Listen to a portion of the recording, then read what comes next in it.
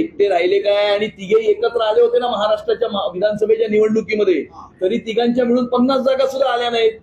त्यामुळे एकत्र आले काय आणि वेगळे राहिले काय, त्यामुळे त्याने काही फरक पडत नाही.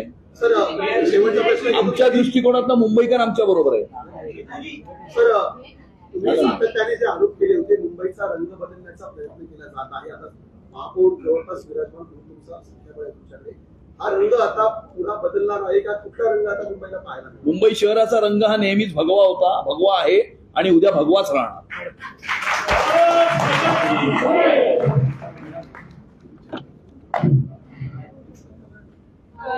आज अर्ज भरलेला आहे, 11 तारखेला बिनविरोध निवड होईल, ही खात्री आहे का? आणि निवडणूक झाली तर सामोरं जायची तयारी कशी?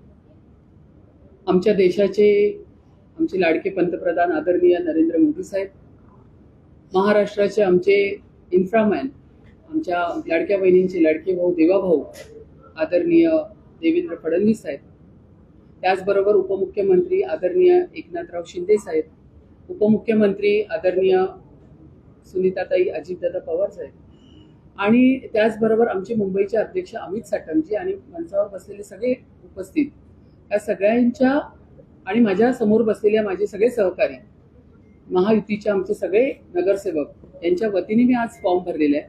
आणि मला नक्की खात्री आहे की 11 तारखेला चांगल्या मोठ्या संख्येने हा विजय निश्चित आहे.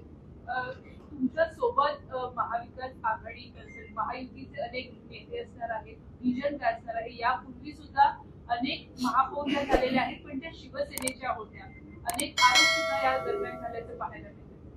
एक जवळपास अमितजींनी सांगितलं 44 वर्षानंतर भारतीय जनता पार्टीचा महापौर या ठिकाणी विराजमान होणार आहे. 100% लोकांनी पूर्ण विरोध करून, जसं अमितजींनी सांगितलं 3ही पक्ष एकत्र आले होते, तरी सुद्धा एक 50च्या वरही त्यांचे नगरसेवक जिंकून नाही आले.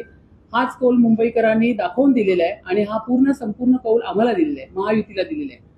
भारतीय जनता पक्षाचे आणि महायुतीचे प्रत्येक नगरसेवक काम करत होते, मेहनत करत होते. कोविड काळामध्ये जर कोण दिसत होते तर फक्त भारतीय जनता पक्षाचे नगरसेवक, महायुतीचे नगरसेवक दिसत होते.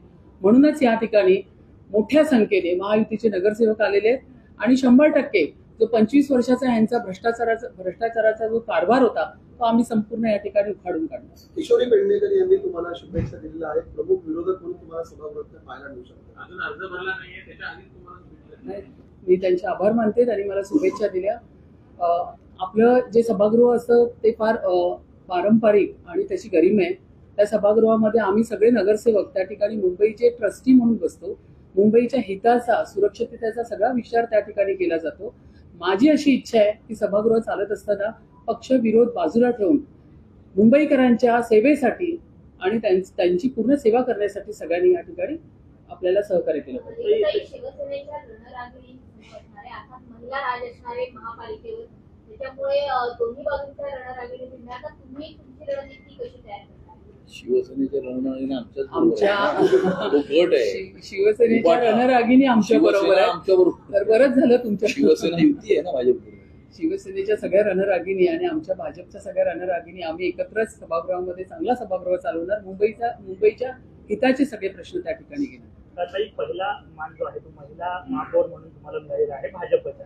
काय भावना आहेत मनात? असं होतं का तुमच्या की मी महापौर बनेल? हा मातृशक्तीला विजय मिळालेला आहे. या ठिकाणी आलेल्या माझ्या सगळ्याच नगरसेविका जिंकून आलेल्या, मी मगाशीही सांगितल्या, सगळ्याच रणरागिणी आहेत, रणांगण जिंकून या ठिकाणी आलेले आहेत. तर त्यामुळे मातृशक्तीचा हा विजय आहे. रिझर्वेशन जे आहे ते सर्वसाधारण महिला झालेले आहे, त्यामुळे अर्थात त्या ठिकाणी महिलाच महापौर बसणार होती. आणि तुम्ही सांगितलं की पहिल्यापासून असं भारतीय जनता पक्ष हा एक शिस्तबद्ध पक्ष आहे. त्या ठिकाणी पहिलंच काही सांगितलं जात नाही. पक्षाचे वरिष्ठ जे निर्णय घेतात त्याच वेळी आम्हाला तो निर्णय कळतो. महापालिकेवरती नाले सफाई असते, मिठी नदी साफ असते, नदी कचरा साफ केला जातो, या संदर्भात पारदर्शकता येईल. हा 25 वर्षाचा सगळा कचरा आहे, हाच सगळा काढण्याचं काम करण्यासाठी आम्ही सगळेजण तिथे जाणार आहोत आणि सभागृहामध्ये हा सगळा आम्ही कचरा काढून फेकून देणार आहोत. मुंबई महापालिकेची जे रुग्णालयाची दयनीय अवस्था आहे, औषधाची तुटवडा आहे, ह्या सगळ्याच विषयावरती, कारण कसं आहे मुंबई महानगरपालिकेमध्ये सगळे जे माझे सहकारी आहेत त्या सगळ्यांचे सजेशन्स येणार. ठरावाच्या सूचना येणार, तर त्या पद्धतीने सगळे विषय हाताळले जाणार. पण प्रश्नच नाही, मुंबई महानगरपालिकेमध्ये मुंबईमध्ये एक वेगळा बदल तुम्हाला आता ह्यावेळी दिसणार. रितु जी, पूरे एशिया में मुंबई का एक अलग महत्व है, सबसे बड़ी महानगरपालिका कहते हैं, बजट 17,000 करोड़ है, एक स्टेट का जो बजट होता है उससे भी बड़ा। पूरे दुनिया में मुंबई में लोग आते हैं, इतनी बड़ी जिम्मेदारी आपको लगा था कि इससे मिलेगी आपको, और आपका विजन क्या होगा, 3 मुद्दे क्या होंगे कि आप मुंबई के लिए करना चाहते हैं? मुंबई महानगरपालिका सबसे बड़ी महानगरपालिका है और यहाँ पे महापौर पद मिलना और यहाँ पे बैठना ये बहुत ही गर्व की बात है। लेकिन मैं अभी भी आपको बोलती हूँ कि महापौर नहीं, हम सेवक करके काम करेंगे वहाँ पे। और ये बहुत बड़ा बजट रहने वाली इतनी बड़ी महानगरपालिका है, मुंबई करके बहुत सारी अपेक्षा है, वो पूरा करने का काम हम यहाँ पे करेंगे। सुरक्षित मुंबई हो, खड्डे मुक्त रास्ते यहाँ पे पूरे होने वाले हैं, और जो अभी इन्होंने कहा कि रुग्णालय की जो अवस्था है वो भी देखी जाएगी। मेरा काम ज्यादा से ज्यादा जितना हो सके उतना विजिट करके मैं पूरी मुंबई में वो काम करती रहूंगी। पार्किंग का बहुत बड़ा समस्या है, आप देखेंगे ये सब विषय अभी एक एक करके पब्लिक ट्रांसपोर्ट है, तो मैंने पूछा कि 3 मुद्दे ऐसे क्या रहेंगे जो आपकी प्रायोरिटी है। मुंबई में ट्रैफिक की बहुत समस्या है, फुटपाथ पे सीनियर सिटीजन को चलने के लिए जगह नहीं है, तो ये मेरे प्रायोरिटी के मुद्दे रहेंगे। सुरक्षित मुंबई, मुंबई के सब रुग्णालय कैसे रहेंगे, वो सब विषय इनको लेके मैं आगे काम करने वाली हूँ। मुंबई में घुसपैठिए एक बड़ा मुद्दा है जिसको आपकी पार्टी लगातार उठा रही है। जी। इस शहर का रंग न बदले, घुसपैठियों को लेकर आप लोग की क्या योजना रहेगी आपको? नहीं, हमारी वैसे तो हमारे देवेंद्र जी, हमारे किरीट भाई, हमारे अमित भाई तो काम कर ही रहे। ये जो मुंबई में इस तरह से बांग्लादेशी और इस तरह के लोग आके बैठे हैं, उनको यहाँ पे बैठने के लिए नहीं मिलेगा आगे जाके, क्योंकि इनका पूरा पेपर वर्क सब चेक किया जाएगा। जो भी बांग्लादेशी रोहिंग्या उनको यहाँ पे बैठने हम नहीं देंगे बिल्कुल, और मुंबई का रंग जो है वो भगवा ही रहेगा।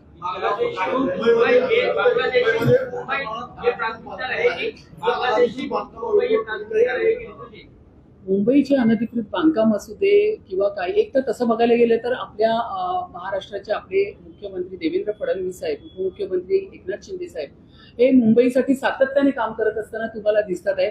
2014 नंतर ज्या पद्धतीने मुंबईचा रंग बदलत गेलेला आहे तो तुम्ही सर्वांनी पाहिलेला आहे।